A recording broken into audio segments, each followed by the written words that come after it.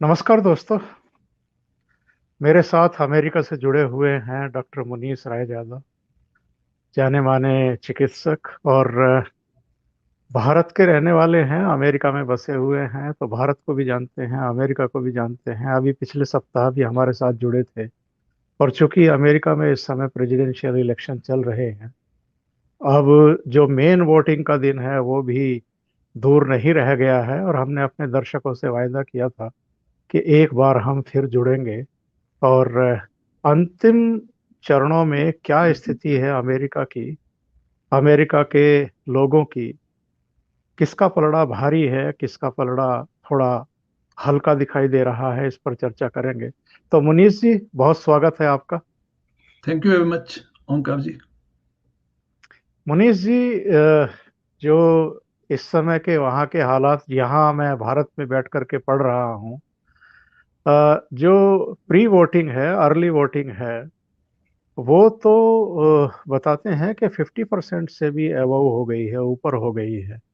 इसके बावजूद के डोनाल्ड ट्रंप ने इस टेंडेंसी का, इसका कहीं ना कहीं विरोध किया था और ये कहा था कि ये ठीक नहीं है। इसके बावजूद अगर 50% से ज्यादा लोग वोट कर चुके हैं ऑलरेडी, इसके क्या संकेत हैं? देखिए, अर्ली वोटिंग यूएसए में पहली बार नहीं है। यूएसए का एक अपना इतिहास है अर्ली पोल्स या अर्ली वोटिंग का। एंड जो एक अलग किस्म की जो पद्धति है अपने देश से अलग, भारत से अलग, वो ये है कि यहाँ पर चीफ इलेक्शन कमीशन या सेंट्रल इलेक्शन कमीशन की भांति जो यहाँ पे फेडरल इलेक्शन कमीशन है, एफईसी, सीईसी इंडिया में, एफईसी यहाँ पे, फेडरल इलेक्शन कमीशन का बहुत बड़ा रोल नहीं है इलेक्शंस कंडक्ट करने में, क्योंकि यूएसए एक फेडरल कंट्री है, संघीय ढांचा है। तो उसके अंतर्गत ये स्टेट लेवल पे जिम्मेदारी होती है इलेक्शंस को कंडक्ट करना। तो स्टेट लेवल के इलेक्शन कमीशन और जो लोकल गवर्निंग बॉडीज होती हैं, इलेक्शन बॉडीज होती हैं, वो इलेक्शंस कंडक्ट करती हैं। तो इसमें बड़ी अजीबोगरीब बात यह कि अर्ली वोटिंग भी ये नहीं कि पूरे देश में, पूरे यूएसए में एक ही यूनिफॉर्म वे में कंडक्ट की जाएगी। 6 स्टेट्स ऐसे हैं जो कि अर्ली वोटिंग को वो उन्होंने मतलब वो माने ही नहीं करते, उसको वो कंडक्ट नहीं करते अपने स्टेट्स में। आई थिंक एक स्टेट ने अर्ली वोटिंग का डिसीजन ले लिया है अपनी असेंबली में, बट वो 2022 में शायद वो लागू होगा। अर्ली वोटिंग कई जगह पे 45 दिन पहले शुरू हो जाती है और ओके। कई कई स्टेट्स में सिर्फ 4 या 5 दिन पहले। इलेक्शन नवंबर के पहले सोमवार के बाद जो मंगलवार आता है उस दिन होता है। तो जी। यानी कि इस बार वो नवंबर 3 को आएगा इलेक्शन डे। तो नवंबर 3 को क्योंकि ट्यूसडे है, तो Friday will be the last day for early voting. Okay. Early voting में आप कुछ डेजिग्नेटेड बूथ्स होते हैं, टिपिकली लाइब्रेरीज, जो पब्लिक लाइब्रेरीज होती हैं। तो पब्लिक लाइब्रेरीज यहाँ पे काफी बहुतायत में देखने को मिलती हैं। किसी भी छोटे शहर या बड़े शहर में जाइए, एक बिल्कुल बुनियादी सुविधा है लाइब्रेरी, पब्लिक, टैक्स पेयर्स की मनी पे चलती है, सबके लिए फ्री होती है। तो उसी में किसी न किसी कक्ष में ये इलेक्शन एक पोलिंग बूथ बना दिया जाता है। तो जिस स्टेट ने 45 डेज पहले भी अलाउ किया, तो वहां पे आप जाके कर सकते हैं। अर्ली वोटिंग या अर्ली पोलिंग का मतलब यही, समीक्षक यही निकाल रहे हैं कि ये ट्रंप के खिलाफ जाएगी। ओके। और काफी लोग निकल के बाहर वोटिंग करने आ रहे हैं, वो ये मान के कि वो ट्रंप के खिलाफ वोट देना चाहते हैं। या जो ब्लैक लाइव्स मैटर का जो मूवमेंट चला था, जी। उसके उसके प्रति अपनी सपोर्ट दिखाने के लिए, यानी कि वो भी ट्रंप के खिलाफ ही जाएगी। तो ऐसे हैं, बड़ा मिक्स सा सिचुएशन है। अब 4 दिन बचे इलेक्शंस के, तो देखते हैं क्या होता है। लेकिन ब्लैक लाइव्स जो मूवमेंट था, वो तो कहीं कहीं हिंसक भी हुआ था, तोड़फोड़ भी हुई थी, बदले की कार्रवाई जैसी भी हुई थी, और उसके खिलाफ भी लोग यूनाइट हुए थे कि ये सब चीजें नहीं होनी चाहिए। तो इन सब हरकतों के खिलाफ जो लोग यूनाइट हुए हैं, वो काम नहीं आ रहा है क्या ट्रम्प के? या नहीं, वो अभी, या अभी वो शो नहीं कर रहे हैं? नहीं, मेरा ये मानना है कि ब्लैक लाइव्स मैटर में जो वायलेंस हुई, और काफी लंबे समय तक, यदि मैं जी। शिकागो को देखूं जहां पे मैं रहता हूं, तो इट्स वेरी क्लियर कि एक एक बड़े लंबे समय तक एक हिंसक घटनाक्रम चले हैं, वेंडलिज्म, तोड़फाड़, और पूरा जो मतलब जिस ढंग से किया गया। लेकिन शिकागो में जो मेयर है वो डेमोक्रेटिक पार्टी की जी महिला है। तो उसका मतलब ये निकल के आता है कि सिर्फ शिकागो की एग्जांपल लीजिए या आप नेशनल लेवल पे लीजिए कि इस हिंसा को डेमोक्रेटिक पार्टी के लीडर्स ने कंडेम नहीं किया, उसको उस दृष्टिकोण से नहीं उसकी आलोचना की गई जिस ढंग से की जानी चाहिए थी। तो जो जो रिपब्लिकन वोटर्स हैं या जो न्यूट्रल काफी ऐसे लोग हैं जिनको ये लगा कि ये तो गलत है, ब्लैक लाइव्स मैटर इंपॉर्टेंट है, इसमें कोई शक नहीं है, लेकिन उसका मतलब ये नहीं कि उसकी आड़ में आप हिंसा को भी बढ़ाएं। तो ये देखते हैं किस पक्ष में जाते हैं, क्योंकि जो पिछली बार ट्रंप जीते थे और जो अनएक्सपेक्टेड था, उसके पीछे जो मूल कारण यही था कि जो ब्लू कॉलर्ड वाइट वोटर है वो उसने इस बात का संज्ञान या उस बात का एक हिंट नहीं दिया कि मैं किसको वोट डालूंगा, और उन्होंने वोट आके ट्रंप को डाला। वो आज भी चुप है, क्योंकि ब्लैक लाइव्स मैटर में आप कुछ भी बोले तो पॉलिटिकली इनकरेक्ट माना जाएगा। आप अगर ये कहें कि ये हिंसा क्यों हो रही है, अब शिकागो मेरे घर से 2 माइल दूर मैग्निफिसेंट माइल, जो शिकागो का मेन डाउनटाउन की सबसे ब्यूटीफुल सड़क है, जो सबसे बड़ा एक केंद्र बिंदु है जहां पे बिजनेस एंड टूरिज्म इकट्ठे चलता है, वहां पर जिस ढंग की घटनाक्रम हुए उस पर अगर आप बोले कुछ तो आप कहेंगे नहीं, आप तो ब्लैक लाइव्स के खिलाफ है। एक सड़क एक एक कोने पे दुकान थी, उन दिनों की बात बता रहा हूँ, शिकागो में किसी किसी सिटी में कहीं कॉर्नर पे दुकान थी, तो उसका जो ओनर था वो वाइट था। तो जी जैसे कोने की दुकान पे अक्सर भीड़ थोड़ी ज्यादा होती है, क्योंकि लोग चले गए अंदर ड्रिंक्स लेने, कुछ भी लेने, कुछ छोटी मोटी चीज लेने।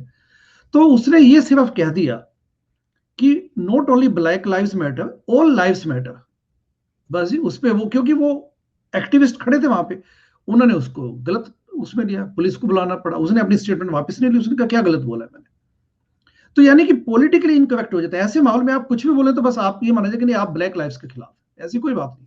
तो अब ये देखना पड़ेगा कि जो ये व्हाइट सपोर्टर्स हैं इसके, जो जो typical middle class, low middle class, और वो पॉलिटिकली इनकरेक्ट नहीं होना चाहते, लेकिन वोटिंग जाके वोटिंग में अपनी वो दिखा सकते हैं, अपनी जो उनकी विल पावर या जो उनकी चॉइस है। तो पिछली तरह इस बार भी ऐसा हो सकता है, लेकिन हाँ इस वक्त माहौल ऐसा है कि अर्ली वोटिंग का मतलब ट्रंप के खिलाफ। और अगर ऐसा होता है जैसी आशंका जाहिर की जा रही है, तो कौन से ऐसे मुद्दे आप मानते हैं जो ट्रंप के खिलाफ जा रहे हैं?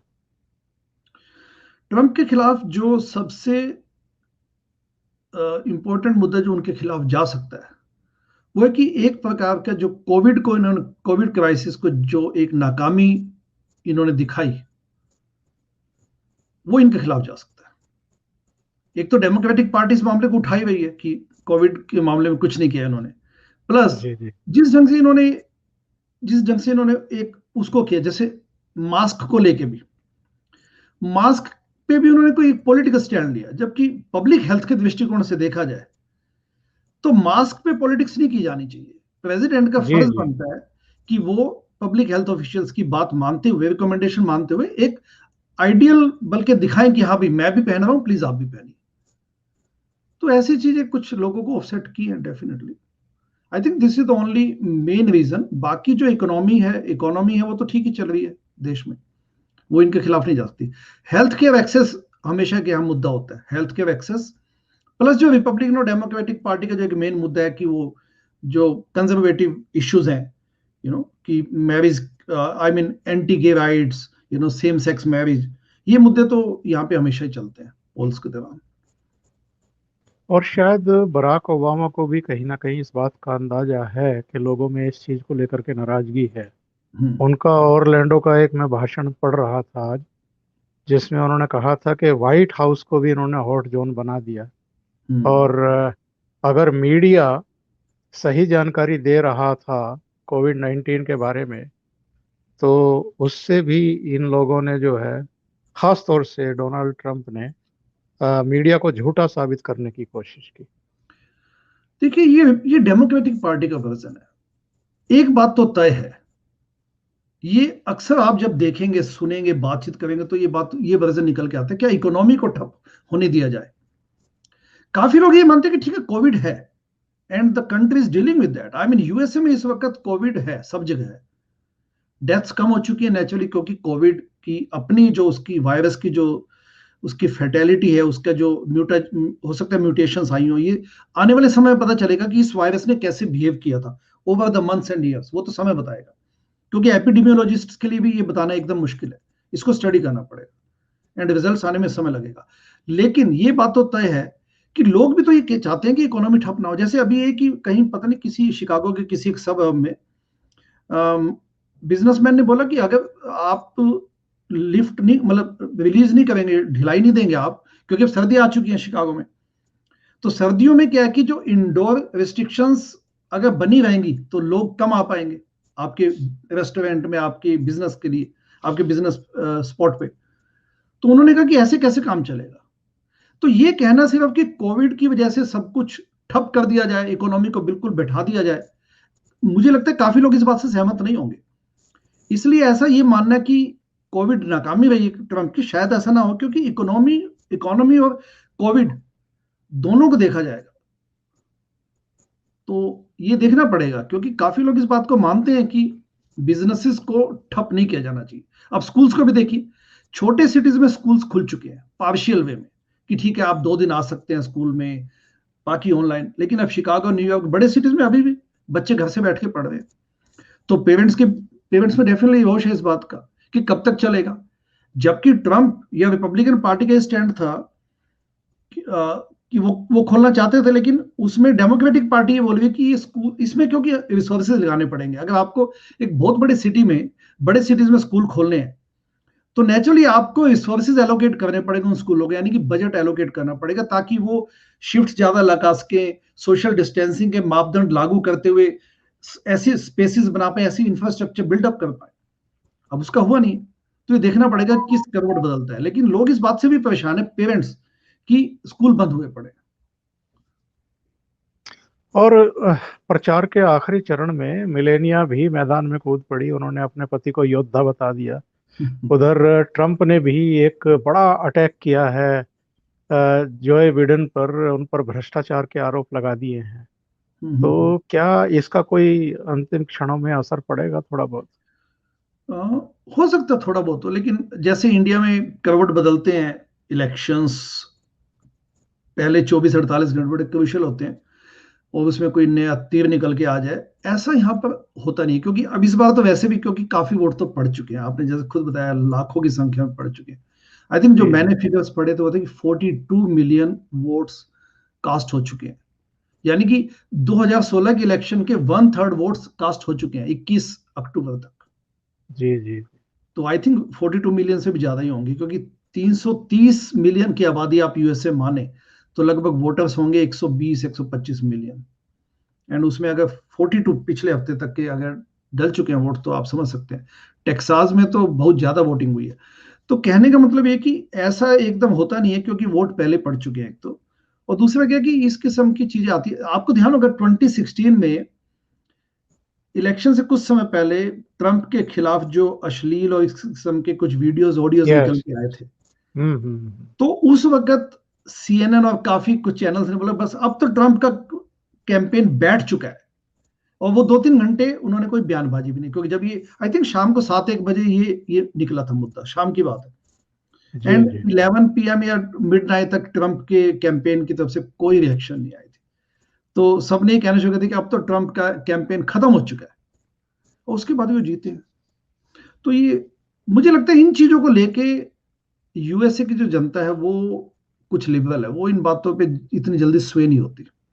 उनके लिए वो मुद्दे वही रहते हैं कि अल्टीमेटली जॉब क्रिएशन, इकोनॉमी कैसे चलाएंगे आप, एंड जो कंजर्वेटिव एंड लिबरल्स के जो इश्यूज है, गे राइट्स एंड ऑल। कौन से स्टेट है मुनीष जी जो डिसाइड करने वाले हैं? देखिए इनको स्विंग स्टेट्स बोला जाता है। स्विंग स्टेट्स क्योंकि यूएसए में जो इलेक्शंस होते हैं वो विडंबना ये है कि जनता, प्रेसिडेंशियल इलेक्शन की बात कर रहा हूं, प्रेसिडेंट यहाँ की सीधे जनता के वोट से इलेक्ट नहीं होता। ये सबसे बड़ी विडंबना है यहाँ की जी जी। डेमोक्रेसी।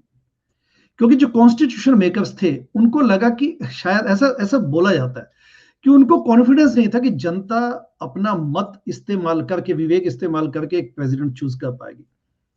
तो उन्होंने एक डायरेक्ट वोटिंग रखा, यानी कि पॉपुलर वोट जिसे बोलते हैं, पॉपुलर वोट यानी कि जनता का वोट।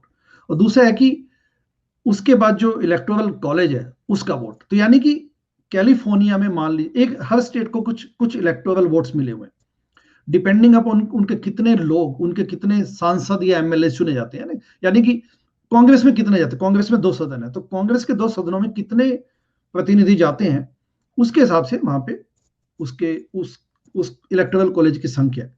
तो जो बड़े स्टेट्स हैं जैसे कैलिफोर्निया, न्यूयॉर्क, तो वहां पे मान लीजिए वोट, पॉपुलर वोट जिस कैंडिडेट को पड़ा, तो विनर टेक्स ऑल वाला यहाँ पे मत चलता है कि विनर को, जो विनर है उस मतलब जनता के वोट का, उसको सारे इलेक्टोरल वोट्स मिलेंगे।